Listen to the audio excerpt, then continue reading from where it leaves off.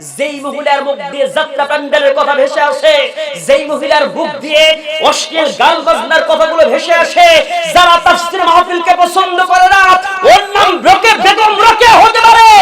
মুসলমানের জন্য কোন মুসলমান নিজেকে দাবি করতে পারে আল্লাহর কাছে মুসলমান না, কথা বল ঠিক কিনা? আমি আমার ভাষায় বলি, এই তিনটাই হচ্ছে আবু জেহেলের খালা শরীর, কথা কয় না কেন?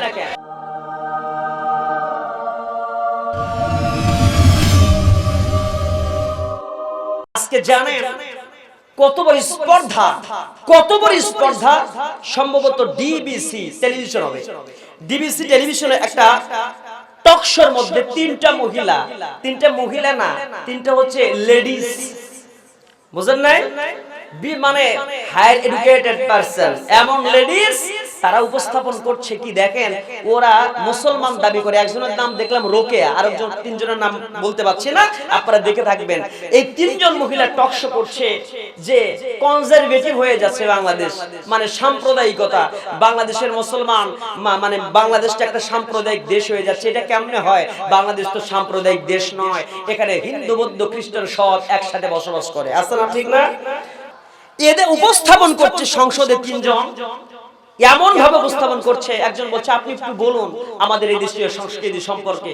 দেখেন, আগে যখন এই দেশে আমরা দেখতাম শীতের মৌসুম আসতো, বিভিন্ন মৌসুম আসলে পরে সেখানে যাত্রা হতো, কনসার্ট হতো, ওপেন কনসার্ট হতো, তারপরে বিভিন্ন মেলার আয়োজন হতো। কিন্তু আজকে সেগুলো দেখা যাচ্ছে না। আজকে সব দখল করছে তাফসীর মাহফিল। সুবহানাল্লাহ বলেন না? শয়তানের মুখ দিয়ে ভালো ভালো কথা বের করে দিচ্ছে, ঠিক না? হ্যাঁ, তো বলতেছে সব তো দখল করে ফেলতেছে তাফসীর মাহফিল, এটা সহ্য করা যায় না, এটা কনজারভেটিভ হয়ে যাচ্ছে, এটা একটা রক্ষণশীল হয়ে যাচ্ছে, বাংলাদেশ সাম্প্রদায়িকতার দেশ হয়ে যাচ্ছে, এটা সাম্প্রদায়িক মানে সব সম্প্রীতি বজায় রেখে চলবে। কিন্তু এই এককেন্দ্রিক হয়ে যাচ্ছে কেন?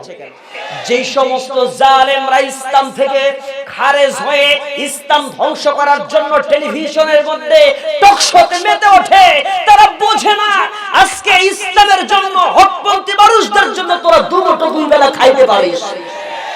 এই ভালো মানুষ না থাকলে তোদের কপালে জুতার বাড়ি ছাড়া আর কিচ্ছু জুটতো না, এক ফোঁটা পানি পর্যন্ত আল্লাহ খাওয়াতেন না। কথা বলে কেন? জোরে বলেন, চিন্তা করেন কত বড় স্পর্ধা থাকলে পরে যেই মহিলার মুখ দিয়ে যাত্রা প্যান্ডেলের কথা ভেসে আসে, যেই মহিলার মুখ দিয়ে অশ্লীল গান বাজনার কথাগুলো ভেসে আসে, যারা তাফসীর মাহফিলকে পছন্দ করে না, ওর নাম বেগম রোকেয়া হতে পারে। মুসলমানের জন্য কোন মুসলমান নিজেকে দাবি করতে পারে আল্লাহর কাছে মুসলমান না, কথা বল ঠিক কিনা? আমি আমার ভাষায় বলি, এই তিনটাই হচ্ছে আবু জেহেলের খালা শরীর, কথা কয় না কেন? আমার মনে হয় আবু জেহেলের খালা শরীর ছিল, খালা শরীর তিনটা, তাছাড়া এর মধ্যে এরকম কথা বের হবে কেন? কথা কয় না কেন? কত বড় স্পর্ধা। মুসলমানদের দেশে বসবাস করে ওরা বলতে চায় তাফসীর মাহফিল বন্ধ করো, তাফসীর মাহফিল বন্ধ করো। এত তাফসীর মাহফিল হয় কেন?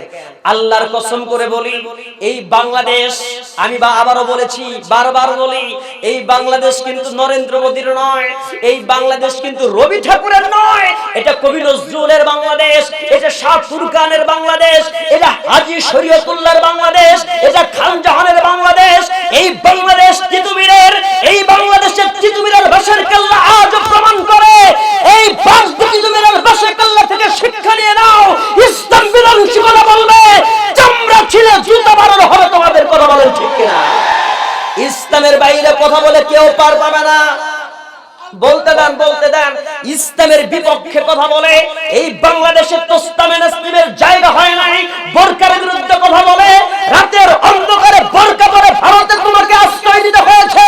এই তিনজন তোমরা জেনে রাখো, আমার মনে হয় তোমরা তোস্তামে নাসলিমের উত্তরসূরি ছাড়া অন্য কিছু না, কথা বল ঠিক কিনা? আমার ভাইয়েরা, তাহলে আজকে এই যে একের পর একটা চলে আসছে ভাইরাল টপিক গুলো, ইসলাম বিধ্বংসী কার্যকলাপ, ইসলাম বিধ্বংসী টক শো। আমার ভাইয়েরা, ধর্ম নিয়ে এইরকম যারা বাড়াবাড়ি করে, এই মুসলমানের দেশে নিজেকে মুসলমান দাবি করে আবার যাত্রা প্যান্ডেলের গান গায়, এ কি মুসলমান?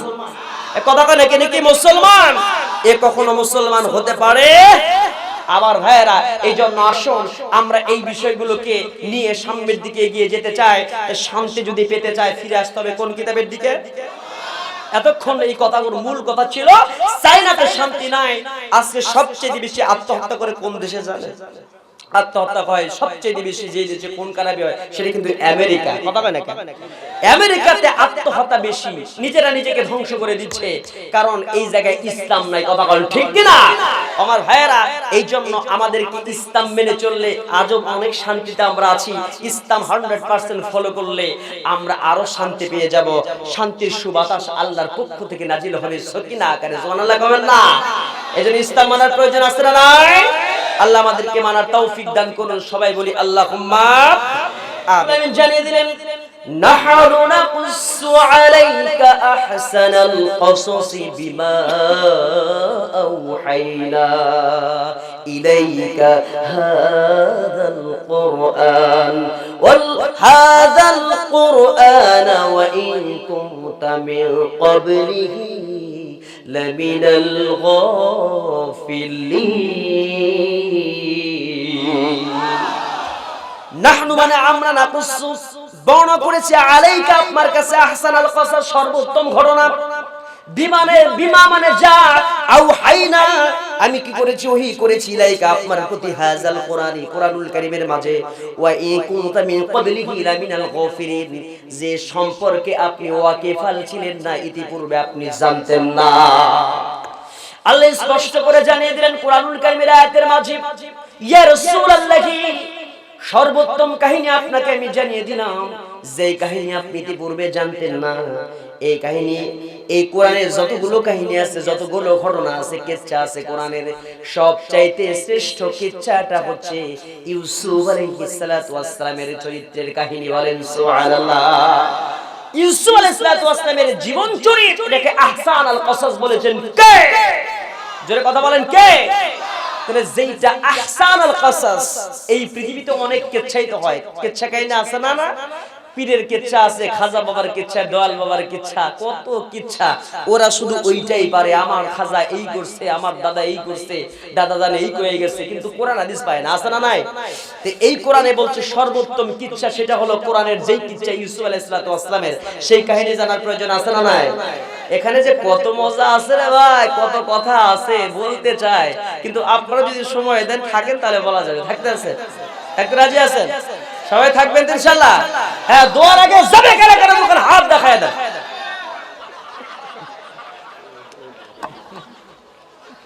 কি বুঝলেন? হ্যাঁ, দোয়ার আগে যাওয়া যাবে? থাকবেন তো? জোরে বলে ইনশাআল্লাহ। আর হুশ না থাকলে, খালি কথাই তো কথা বলে, হুশ না থাকলে গাফেল, যেটাকে আল্লাহ বলেছেন বালহুম আদাল উলাইকা হুমুল গাফিলুন, যারা অসচেতন তাদের জন্য আছে জাহান্নাম। কুকুর চতুষ্পদ জন্তুর চাইতে নিকৃষ্ট বলেছেন কে? আমরা সে বিষয়ে খেয়াল রাখবো। আসুন আমার ভাইয়েরা, এই সূরার এমন একটা প্রেক্ষাপটে নাজিল হয়েছে যেই সময় রাসূল করিম সাল্লাল্লাহু আলাইহি ওয়াসাল্লাম মক্কি জিন্দেগীর শেষ প্রান্তে এসেছেন। মক্কি জিন্দেগি থেকে ইতি টেনে মদিনাতে চলে যাবেন। সেই সময় রাসূলের উপরে যখন নির্যাতন চলছে, এমন ভাবে নির্যাতন, রাসূল করিম সাল্লাল্লাহু আলাইহি ওয়াসাল্লামের উপরে সাহাবা একরামের উপরে ভয়াবহ নির্যাতন। মক্কা রাষ্ট্রপ্রধান, তার নাম আবু জেহেল। নাম কি? রাষ্ট্রের ক্ষমতা যার হাতে, তার নাম আবু জেহেল। একটু মিলায় নিয়েন, বলবো না আমি, আপনারা শুধু মিলায় নেবেন। আমাদের দেশের জন্য মিলায় নিতে পারেন, পৃথিবীর সব অনেক রাষ্ট্রের সাথে মিলিয়ে নিতে পারেন। আছে না নাই?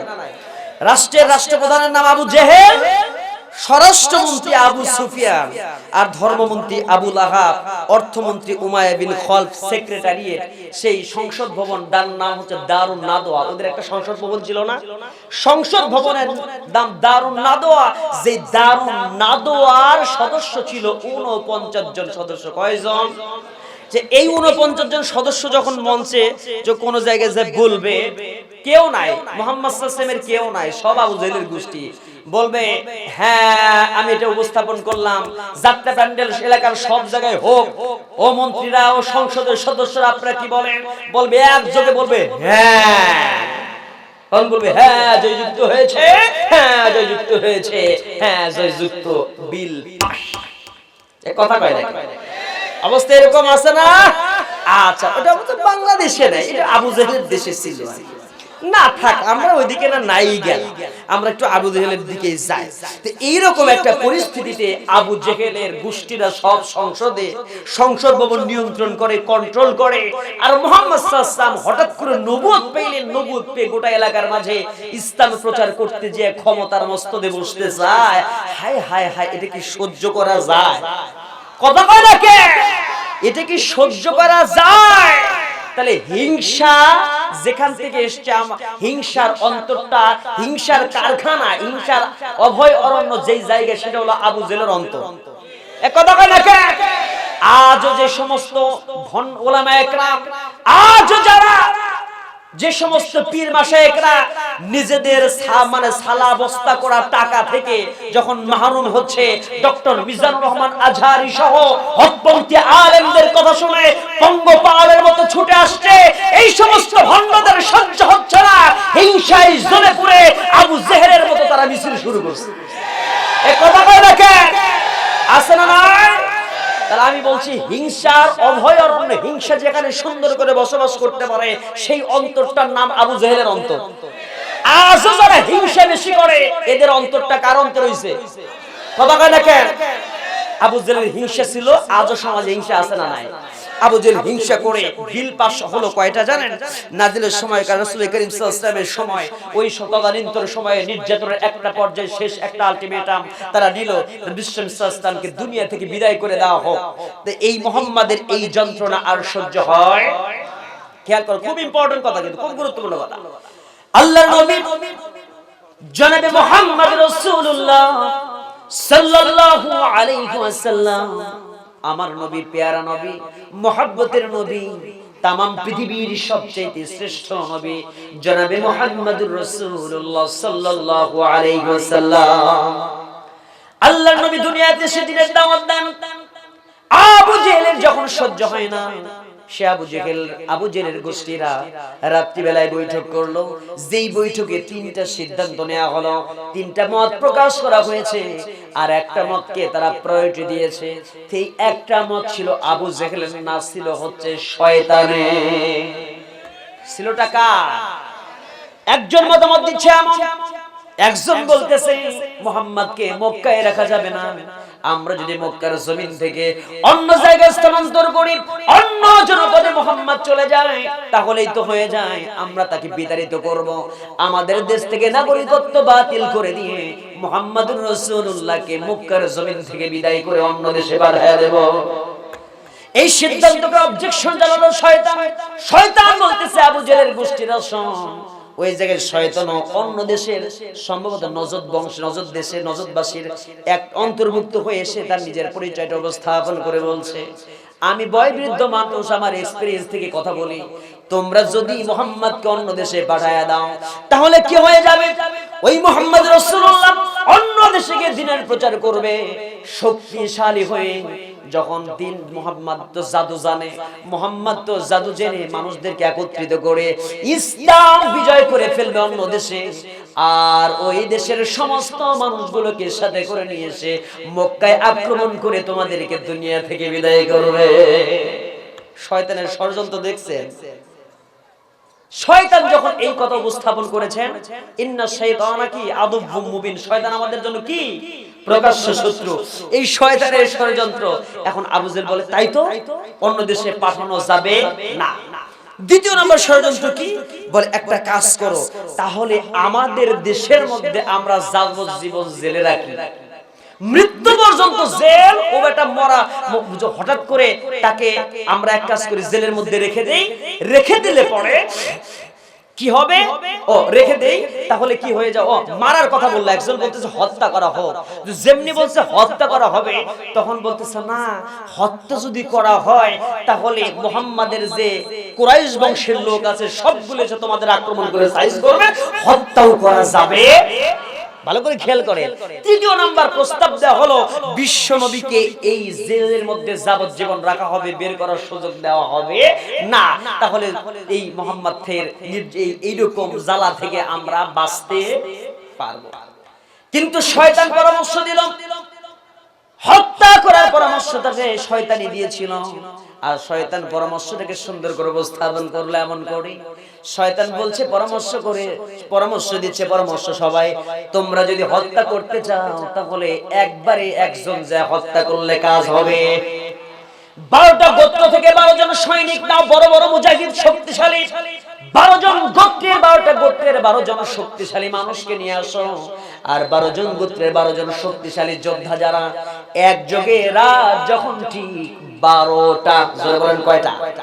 রাত 12টার দিকে মুহাম্মদ রাসূলুল্লাহ সাল্লাল্লাহু আলাইহি ওয়াসাল্লাম যখন ঘুমিয়ে পড়বে, সেই সময় একযোগে মুহাম্মাদের উপরে হামলা যখন করবে, তলোয়ার দিয়ে কেটে কেটে দুনিয়া থেকে বিদায় করে দেবে। তাহলে যখন কুরাইশ বংশ তোমাদের উপর আক্রমণ চালাতে যাবে, 12টা গোত্র এক জায়গায় আর কুরাইশ বংশ একদিকে হলে পড়ে, কখনো তারা পেরে উঠবে না। এই জন্য মুহাম্মদকে মারতে হলে হত্যা করতে পারলে আমরা সাকসেস হব। আর হত্যা একজন করা যাবে না, 12টা গোত্র একযোগে হত্যা করতে হবে মুহাম্মদকে। জোরে বলেন নাউজুবিল্লাহ। আল্লাহ বলেন, ওরে তোরা যতই সিসিম সাফ কস, আমি আল্লাহ তো এমন রাজাদিরাজ, আমি তোদের সব সিসিম ফাঁক করে দেব। এ কথা কয় না কেন? সিসিম ফাঁক হয় রে কয়েকদিন আগে, ওদের বললাম না, বুঝে নেন কতই তো ফাঁক হচ্ছে, কত কিছু বেরিয়ে আসতেছে, কথা কয় না কেন? আল্লাহ রাব্বুল আলামিন জানিয়ে দেন, ওয়া মাকারাল্লাহু আল্লাহু খায়রুল মাকিরিন। কাফের ইমানদাররা চক্রান্ত করে, আল্লাহ রাব্বুল আলামিন জানিয়ে দিলেন আমি কৌশল করি, আর আমার কৌশলটাই আমি সর্বোত্তম কৌশলী, আমার কৌশলটাই বিজয়ী হবে। ওই আবু জেহেলের সমস্ত চক্রান্তগুলো ধ্বংস হয়ে যাবে, নস্যাৎ হয়ে যাবে, বানচাল হয়ে বলেন সুবহানাল্লাহ। আমার ভাইয়েরা, এই ষড়যন্ত্র যখন করলো, রাত ঠিক 12টা, রাত কয়টা? রাত 12টা একত্রিত হয়ে হামলা করবে। 12টা গোত্রের সব এসছে, আর রাহিকুল মাখতুম কিতাব পড়বেন, রাসূল করিম সাল্লাল্লাহু আলাইহি ওয়াসাল্লামের নির্জীবিত জীবনের ইতিহাস, 13 বছরের সে মক্কি জিন্দেগীর কাহিনীগুলো যখন আপনি পড়বেন, বিষয়গুলো জানবেন, সেই কিতাব থেকে স্পষ্ট সুন্দর হাদিস থেকে দলিলগুলো নেয়া। রাসূল করিম সাল্লাল্লাহু আলাইহি ওয়াসাল্লাম রাত গভীরে শুয়ে পড়েছেন, রাসূল ঘুমিয়ে পড়েছেন, সব চতুর্পাশে এসে একযোগে হামলা করার জন্য তারা অপেক্ষা করছে। মাঝপ্রহর, রাতের মাঝপ্রহর, রাত 12টা কখন হয়? তখন তো আর এরকম ঘড়ি অ্যানালগ ডিজিটাল ঘড়ি ছিল নাকি? তখন ছিল প্রহরের হিসেব, ঠিক না? তখন তারা প্রহর গুনছে, রাতের ঠিক মাঝামাঝি যখন হবে একযোগে হামলা করবে। কিন্তু এই হামলা থেকে বাঁচাবে কে? আল্লাহ তো আগেই বলেছে, আল্লাহু ইয়াসিমুকা মিনান নাস, বল আয়াত আছে না? আল্লাহ রাব্বুল আলামিন জানিয়ে দিয়েছিলেন, ইয়া আইয়ুহার রাসূলু বাল্লিগ মা উনজিলা ইলাইকা মির রাব্বিক ওয়া ইল্লাম তাফআল ফামা বাল্লাগতা রিসালাতাহু আল্লাহু ইয়াসিমুকা মিনান নাস। ইয়া রাসূলুল্লাহ, কি আপনি দ্বীনের প্রচার করলেন, তাফআল ফামা বাল্লাগতা রিসালাতাহু, আপনি দ্বীনের প্রচার না করলে পরে তো আপনি নবুয়তের কাজ করলেন না, রিসালাতের দায়িত্ব পালন করলেন না। আপনি এই দায়িত্ব পালন করেন, আমি মানুষদের সমস্ত চক্রান্ত থেকে আমি আল্লাহ আপনাকে নিরাপত্তা দান করব, সিকিউরিটি দিয়ে দেব, বলেন সুবহানাল্লাহ।